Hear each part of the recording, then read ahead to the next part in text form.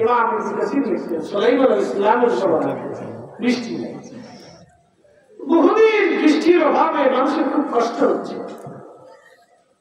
কষ্ট হয় উম্মত এসে বললেন ওগো আল্লাহর নবী, বৃষ্টির অভাবে আমাদের খুব কষ্ট হচ্ছে, তা আপনি একটু বৃষ্টির ব্যবস্থা করেন আল্লাহর কাছে। ঠিক আছে, একটা কাজ করো, তোমরা সব আসো, আমরা একসাথে সালাতুল ইস্তিসকার নামাজ পড়ি আল্লাহর কাছে। হাজার হাজার উম্মত নিয়ে নবী সুলাইমান আলাইহিস সালাম বিরাট বড় প্রান্তরে মাঠের মধ্যে যাচ্ছেন সালাতুল ইস্তিসকার নামাজ পড়ার জন্য।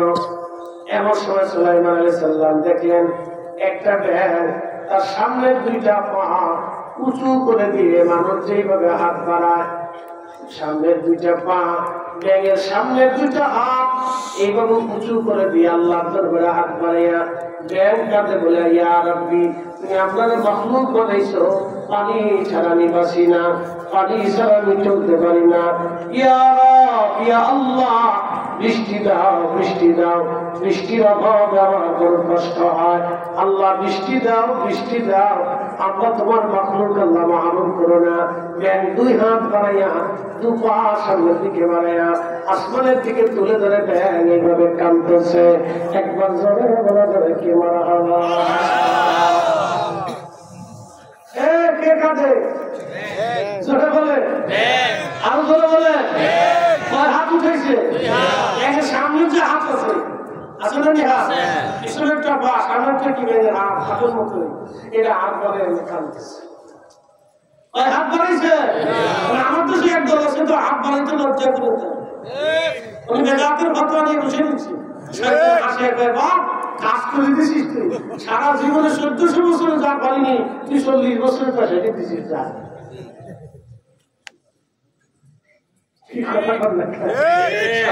কাজ করে দিছিস তোরা, আমি যা পারিনি তোরা দুষ্ট সেই কাজ করে দিছিস, দুষ্ট বুজুর্গ আমার বন্ধু আমার ভালো কাজ করছিস, তুই উত্তম কাজ করছিস, তোদেরকে আমি স্বামীটার বিরুদ্ধে তোরা কাজটা লাগতে চাই, শয়তানের দাওয়াত দিতেছে এক পর্যন্ত বেল হাত বাড়ায় আল্লাহর কাছে, আল্লাহু আকবার করে। ইমাম ইবনে কাসির আল-বিদায়ার ভিতরে লিখছেন আল্লাহ রাসূল সহিহ হাদিস দিয়ে সাব্যস্ত করেছেন, নবীজি বলেছেন নিজে সহিহ বুখারীতে আছে, বেল তো হাত বাড়ায় কান্দে, আল্লাহ বৃষ্টি দেন, আল্লাহ বৃষ্টি দেন, আমরা তো আপনার মাখলুক, বৃষ্টি পাই আল্লাহ, পানি ছাড়া বাঁচতে পারি না, আপনি তো নিজেই সৃষ্টি করছেন, আল্লাহ বৃষ্টি দেন, আল্লাহ বৃষ্টি দেন, ধরাত ধরাত করে কান্দে। আর উম্মত তো বোঝে না, কিন্তু সুলাইমান আলাইহিস সালাম দেখে মুস্কি মুস্কি আসে। সুলাইমান আলাইহিস সালাম ডাক দেখে, আমার উম্মত চলো নামাজ পড়া লাগবে না, কেন ভাই আপু আপু বলে গেছে, কিন্তু আপু করলাম না, আপনার তোমরা করলে ভেঙে করছে,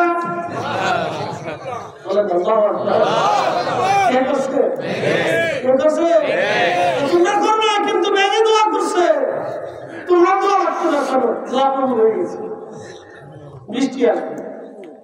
কিছু সময় পরে দেখে আকাশ থেকে বৃষ্টি শুরু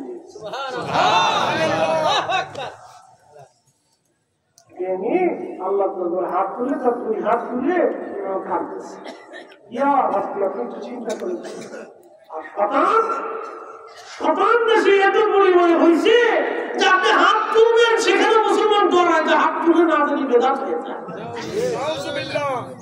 একা দোয়া করেন দলবদ্ধভাবে করতে পারবেন না। আচ্ছা বলেন একা করলে কার কাছে করি? সরস্বতীর কাছে, দুর্গার কাছে, কৃষ্ণের কাছে, কার কাছে? একা করলে কার কাছে? জমাতে করলে কার কাছে? একা করলে বেদাত হয় না, জমাতে করলে বেদাত কেন? বুঝলাম কি পাগল শিখেছে না, শুধু গ্যাস্ট্রিক না, শুধু গ্যাস্ট্রিক না, সকালে শরীরের ভিতরে ভেসাট করছে, কঠিন অবস্থা, এই ক্ষেত্রে বড় ভয়াবহ অবস্থা। জানেন না উম্মত যত আল্লাহর কাছে মাপ চাবে তত তার ক্ষমার দরজা সহজ হবে, কি ঘটাবেন না কেন? আপনি যত হাত বাড়াবেন তত মঞ্জুরিয়া থাকবে, হাত বাড়াবেন না মঞ্জুরিয়া করবে। আপনি যত হাত বাড়াবেন যত স্যারেন্ডার করবেন, অলিদের জীবনে দেখছিলেন তারা হাত তুলে কাঁদতেন, সেটাই করে কাঁদতেন, তারা সবসময় মাপ চাইতেন, আল্লাহ বলেছে, আল্লাহ বলেছে, আল্লাহ বলেছে। আমাদের রাসূল 70 বার ইস্তিগফার করতেন, অথচ নিজের জীবনে কোনো ভুলই নেই, তারপরে ইস্তিগফার করতেন, কেন? আল্লাহকে খুশি যেন দোয়া বন্ধ করাটা কত বড় জঘন্য। আজ পর্যন্ত তারা একটা প্রতিতলে বন্ধ করতে পারে নাই। আজ পর্যন্ত একটা প্রতিতলে বন্ধ হয় নাই। আজ পর্যন্ত একটা সুদের কারখানা বন্ধ করতে পারে নাই। যে সুদ খাইলে মুসলমানের রক্ত হারাম হয়, গোশত হারাম হয়, দোয়া বন্ধ হয়, নামাজ কবুল হয় না, ইবাদত কবুল হয় না। সুদের গোশত খাইয়ে নামাজ পড়লে যা হয়, সুদের টাকার গরুর গোশত খেয়ে নামাজ পড়লে তাই হয়। কথা বললেন আজ পর্যন্ত বন্ধ করতে পারে নাই। এরা বন্ধ করে দোয়া, এরা বন্ধ করে মিলাদ, এরা বন্ধ করে গুরু, এরা বন্ধ করে কোরআন খতম, এরা বন্ধ করে এই 8 টাকার তারা মিলাবে। দেশে কত মুসলমান তারা মিল করে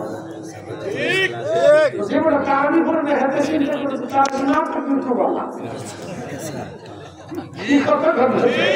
এবারে চিন্তা করতে তারাবি না থাকে কিন্তু বলা তো 8 টাকা দিয়ে 20 টাকা কিনে এটা না আপনাকে কিন্তু বলা। চিন্তা করে শতান কতদূর পর্যন্ত আমি আর কথা বাড়াবো না। সাসিনা শেখুল হাদিস সাহেব আল্লাহ সালি সাহেব উপস্থিত আসলেন। উনি কথা বলবেন, দোয়া করবেন। আমার থেকে অনেক অনেক বহু করে জ্ঞান গর্ব কথা হযরতের কাছ থেকে শুনতে পারবে। ওর দুই দরবার